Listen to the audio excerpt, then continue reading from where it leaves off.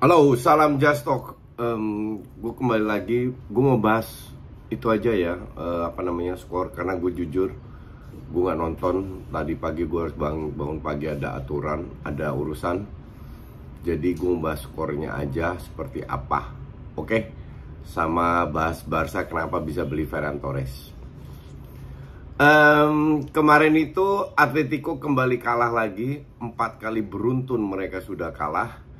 Dan tahun lalu juara kalau nggak salah kan. Dan tahun ini gue nggak tahu, somehow itu terseok-seok padahal sudah dapat Griezmann. Di depan itu ada Joao Felix, Griezmann sama Suarez.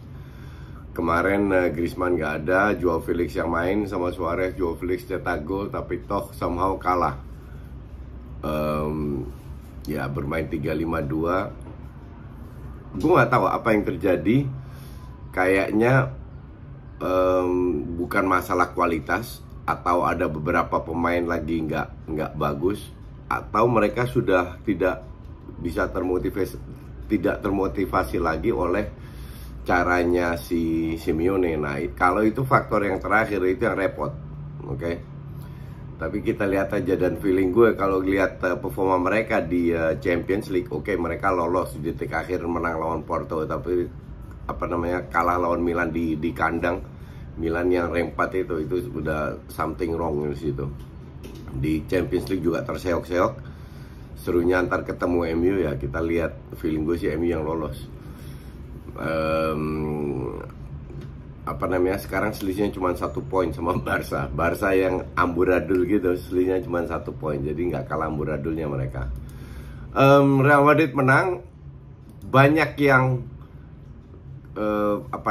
cedera atau positif, tapi kalau kita lihat line up yang diturunkan itu pemain inti semua loh, kecuali Camavinga. Oke. Depan Hazard, Benzema, Vinicius, Valverde tengah sama Kroos, Camavinga itu pemain cadangan murni lah. Tapi Valverde kan udah sering main juga. Kanan Vasquez, Militao, Fernandes sama Mendy, ini pemain inti. Oke, jadi nggak usah terlalu banyak komplain. Cuman memang kalau ada yang cedera, nah itu yang repot.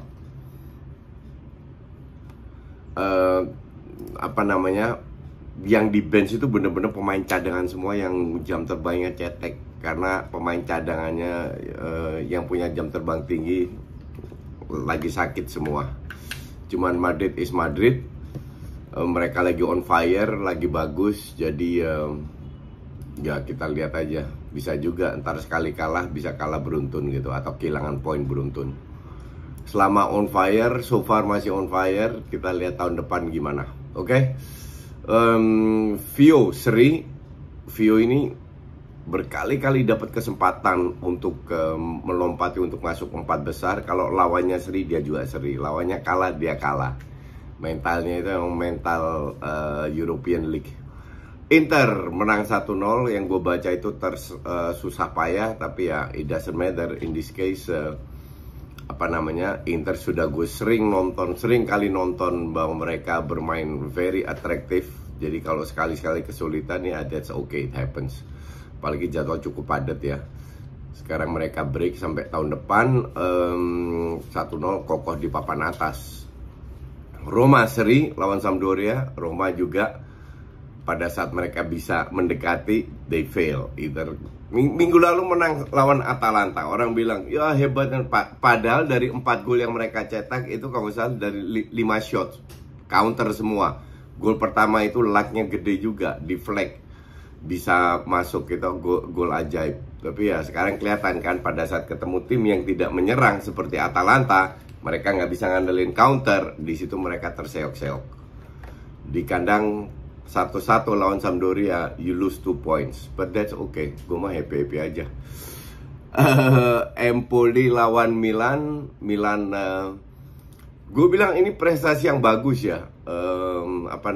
Bahwa Milan bisa menang, karena Empoli ini kan giant killer juga, sering menang lawan tim papan atas. So Empoli berada di rank 9, Milan rank 2. Akhirnya Milan bisa menang ya. Milan nggak punya pilihan selain fokus kepada tiap match dan harus memenangkan semua match itu aja. Cuman Kessie bisa cetak 2 gol, Giroud assist, Salemaker assist, Theo Hernandez cetak gol, Fiorenzi 2 wingback yang cetak gol. Maka ya bilang selama nggak ada Leo, kalian mah harus happy, blessing in disguise kalau Leo nggak main. Coba lihat ini, siapa yang dimainin.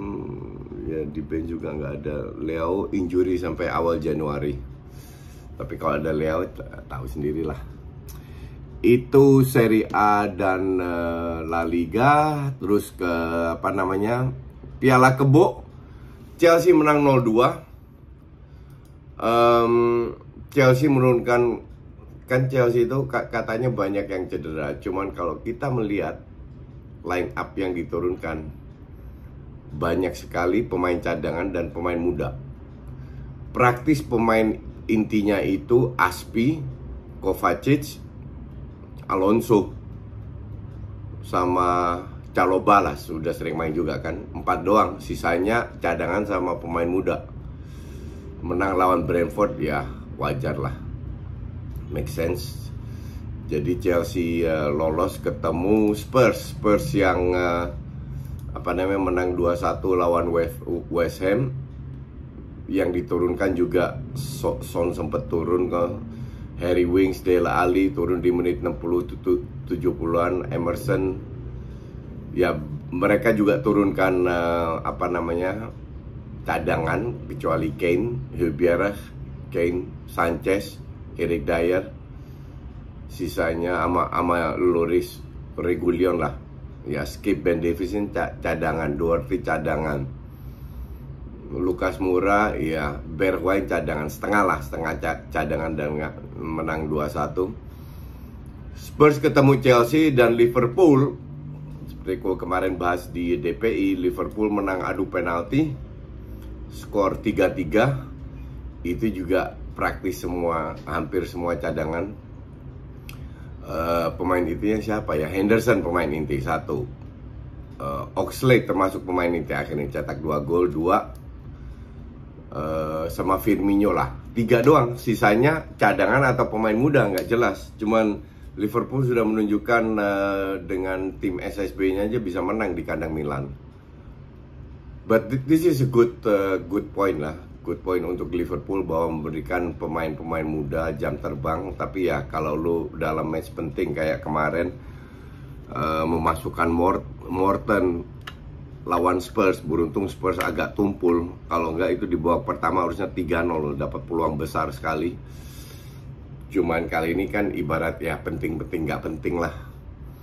Liverpool nanti ketemu Arsenal menang dan mainnya sudah 6 Januari. Dan gue nggak yakin feeling gue Liverpool akan turunkan tim kayak begini. Gue nggak yakin Liverpool turunkan tim inti karena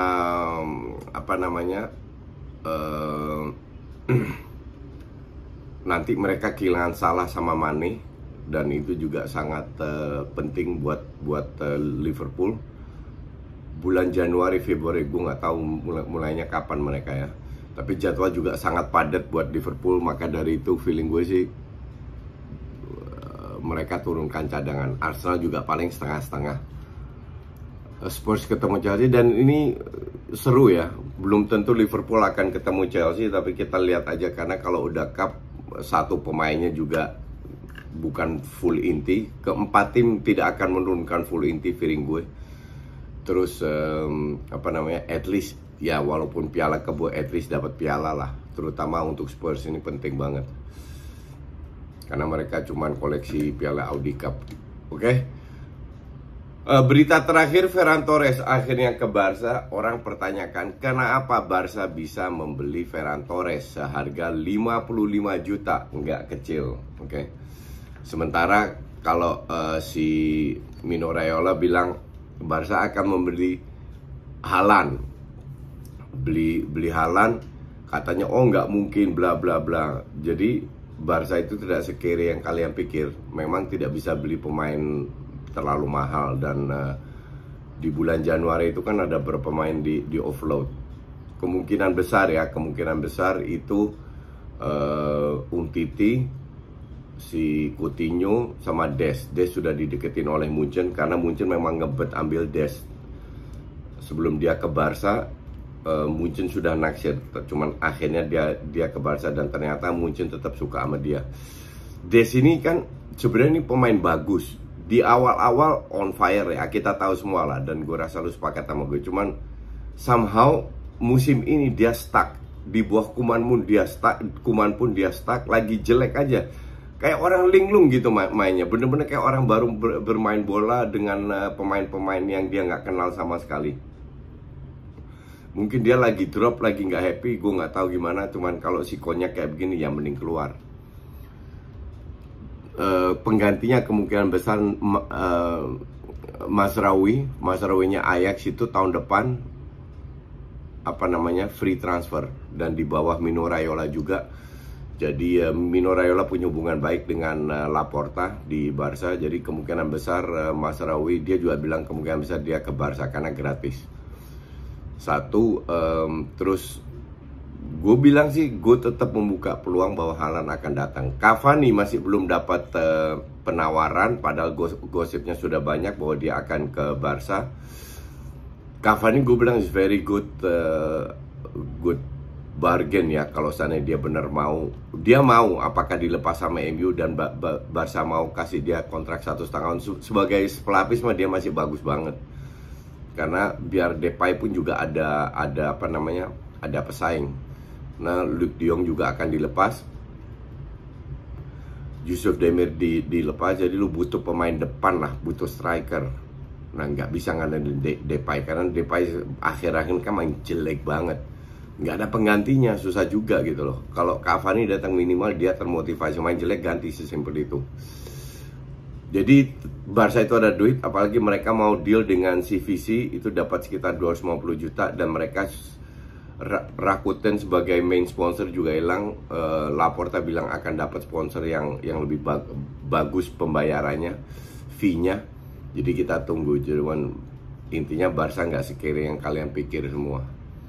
Oke, sementara itu dulu. Besok gue bikin